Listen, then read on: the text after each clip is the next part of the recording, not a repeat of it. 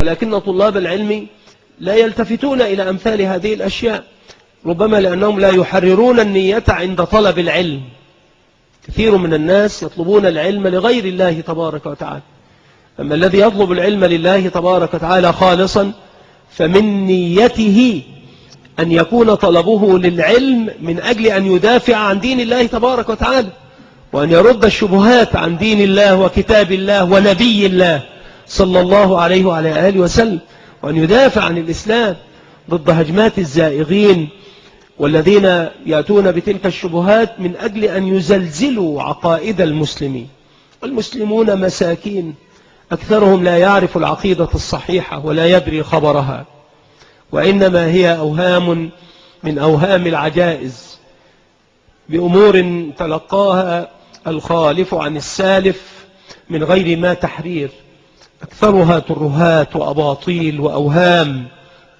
كثير جدا من المسلمين لا يحررون العقيدة تحريرا صحيحا، ويهملون جوانب منها عند الإقبال على تعلمها، ولذلك تجد هؤلاء صيدا سهلا للشيوعيين والوجوديين والعلمانيين والمنحرفين من أهل الكتاب الذين يحاولون جاهدين أن يحرفوا المسلمين عن العقيدة الصحيحة وعن الإسلام جملة وتفصيلا.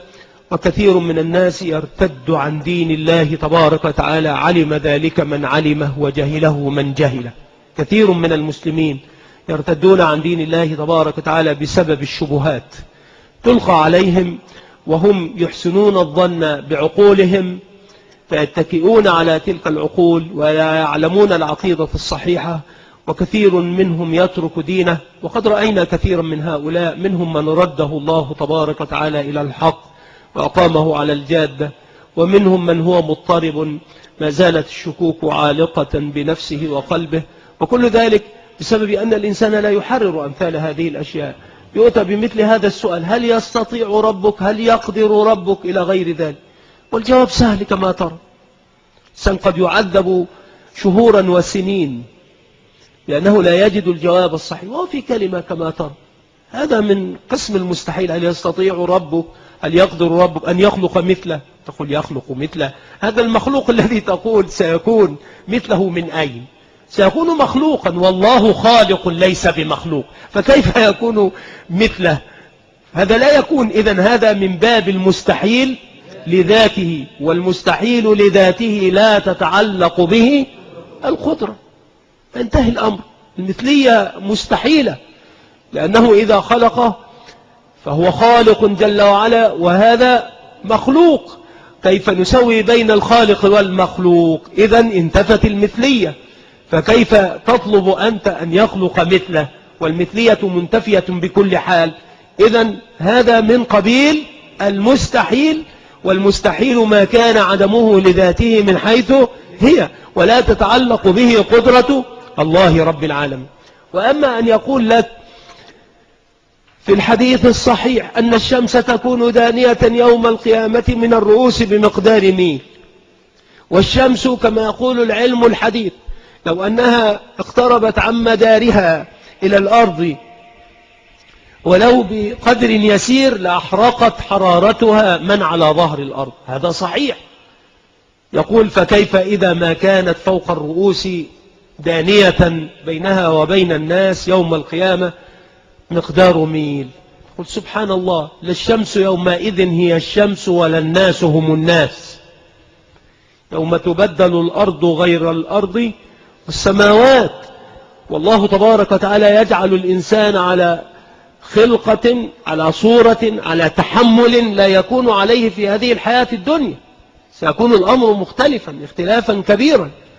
بل إن النبي صلى الله عليه وسلم أخبرنا أن من يدخل الجنة، نسأل الله أن يجعلنا منهم أجمعين وإخواننا من المسلمين من أهل السنة، من يدخل الجنة يكون على هيئة أبيه آدم 60 ذراعا في السماء،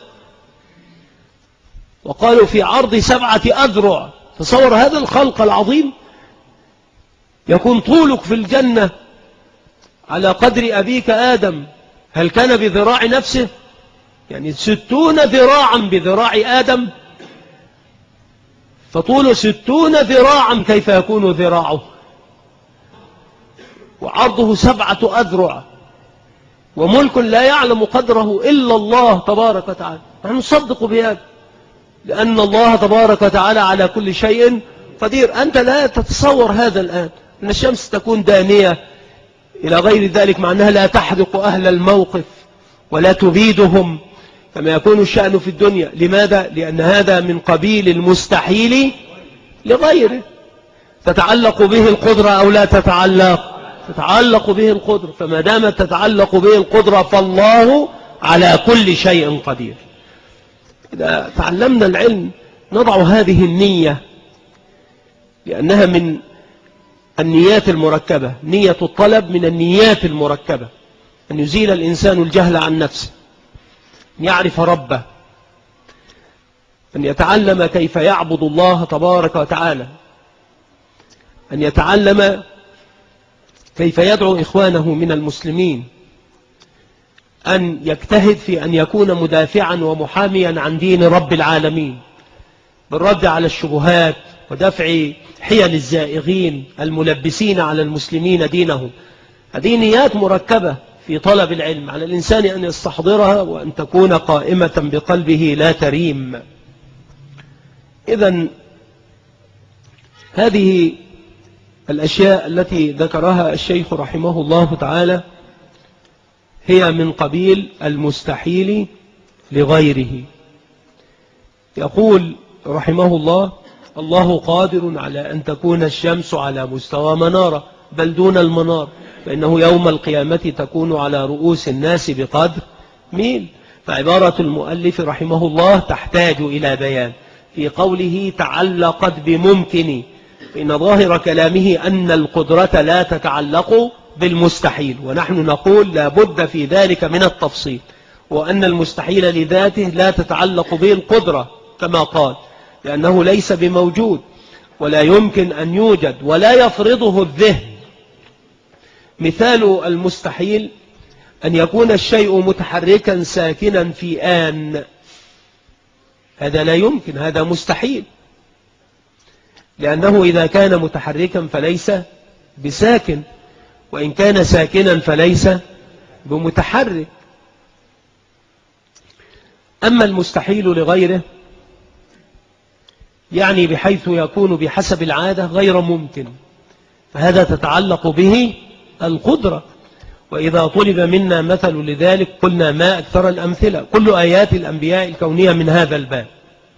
في العادة لو أن أحدا قال أنا سأضرب هذا الحجر فضربه بعصاه، قال فانفلق 12 عين، فماذا نقول؟ نقول هذا مستحيل على حسب العادة، فإنه لا تعلق بين العصا والماء عند ضرب الحجر وتخرج منه تلك العيون الجارية